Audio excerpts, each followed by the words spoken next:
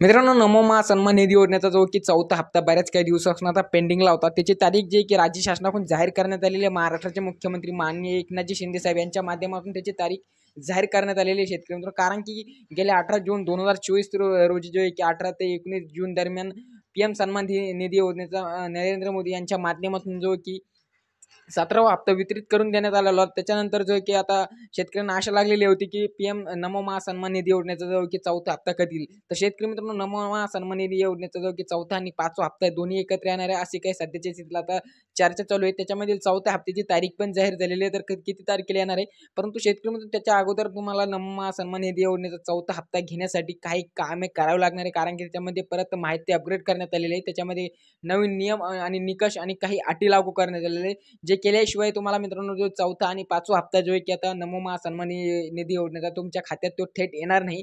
कारण की महाडीबीच्या माध्यमातून तुमच्या खात्यात तो रक्कम येणार आहे. तर शेतकऱ्यांना कोणते कामं करणं लागणार आहे, काय सर्व काही आपण व्हिडिओच्या माध्यमातून अगदी डिटेलमध्ये जाणून घेणार आहोत. तर शेतकऱ्यांनो, मी योगेश पबळे आणि आपण पाहतात योगेश पबळे 2.0 आपला ऑफिशियल यूट्यूब चॅनल. तर पुढील असल्याचं माहितीपूर्ण नवनवीन व्हिडिओ बघण्याकरता आपल्या चॅनलला सबस्क्राईब मात्र नक्कीच करा, जेणेकरून माहितीपूर्ण व्हिडिओ सर्वात आधी आपण सर्वांना बघायला मिळेल. तर शेतकऱ्यांनो, चला तर आपण व्हिडिओला सुरुवात करून आणि जाणून घेऊया की कोणते काय कामं करायचे आहेत. तर शेतकऱ्यांनो, तुम्हाला सांगू शकतो की सर्वप्रथम तुम्हाला जे पीएम सन्मान किसान सन्मान निधी योजनेच्या पोर्टलला तुम्हाला भेट द्यायची. जर कधी तुम्हाला घरी जमत नसेल तर तुम्ही डायरेक्ट थेट सीएससी सेंटरमध्ये जाऊन तिथे पण तुम्ही ते करू शकता. त्या पोर्टलला भेट दिल्याच्या नंतर तुमची जे की ई-केवायसी पीएम सन्मानची कंप्लीट आहे की नाही, किंवा सर्व काही माहिती अप्रूव्हल आहे की नाही, ते एकदा स्टेटमेंट काढून ते चेकआउट करून घ्यायचं आहे. जेणेकरून जर कधी तुमचे पीएम सन्मान निधी योजनेची जर कधी स्टेटमेंट म्हणजे ते अप्रूव्हल नसेल, ती माहिती अपग्रेड नसेल, अप्रूव्हल नसेल, तर तुम्हाला याच्यापासून वंचित राहावं लागेल. तर शेतकरी मित्रांनो, नमो महासन्मान निधी योजनेचा जो की चौथा आणि पाचवा हप्ता प्राप्त करण्यासाठी हे काम तुम्हाला नक्की करावंच लागणार आहे. त्याच्यानंतर दुसरं काम आहे की तुमचं जे की नमो महासन्मान निधी योजनेची जी की ई-केवायसी एक असते, तर ती ई-केवायसीची माहिती अपग्रेड करून घ्यावी लागणार आहे. तर ती माहिती अपग्रेड करण्याकरता तुम्हाला सीएससी सेंटर व्हिजिट करावं लागेल. तिथे तुमचे आधार कार्ड, पॅन कार्ड आणि इतर काही डॉक्युमेंट घेऊन, तुमची बँक पासबुक वगैरे घेऊन तिथे सीएससी सेंटरला जावे लागणार आहे.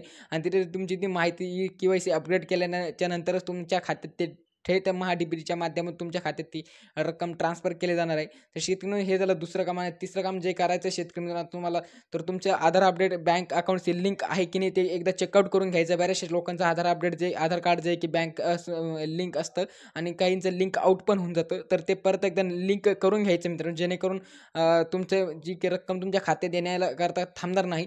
आणि जर कधी इथलं करून पण तुम्हाला काही प्रॉब्लेम म्हणजे तिथे काही एरर दाखवत असेल, तर शेतकऱ्यांना तुमचं थेट इथे की इंडियन पोस्ट पेमेंट बँकमध्ये म्हणजेच काय IPP bank, Indian post payment बँकमध्ये तुमचं अकाउंट ओपन करायचं आहे.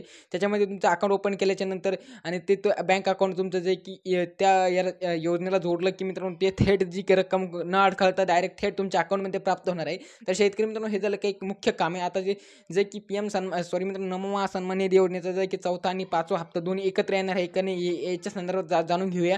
चौथा तर येणारच आहे, पण पाचवा पण येणार आहे की नाही हे पण आपण जाणून घेऊया. आणि किती तारखेपर्यंत येणार आहे हे पण आपण जाणून घ्या. तर शेतकरी आपण सर्वांना माहिती की आता राज्य सरकारचं विधिमंडळाचं जे की पावसाळी अधिवेशन शेवटचं जे की विधानसभेचं पावसाळी अधिवेशन चालू आहे, तर त्या पावसाळी अधिवेशनाच्या माध्यमातूनच मित्रांनो हे पैसे जे की शेतकऱ्यांच्या अकाउंटमध्ये थेट ट्रान्सफर केले जाणार आहे. तर याच्याकरता शेतकरी मित्रांनो, राज्य शासन ठोस भूमिका घेणार आहे. त्याच्याकरता दोन्ही चौथा आणि पाचवा हप्ते दोन्ही पण एकत्रित येणार आहे.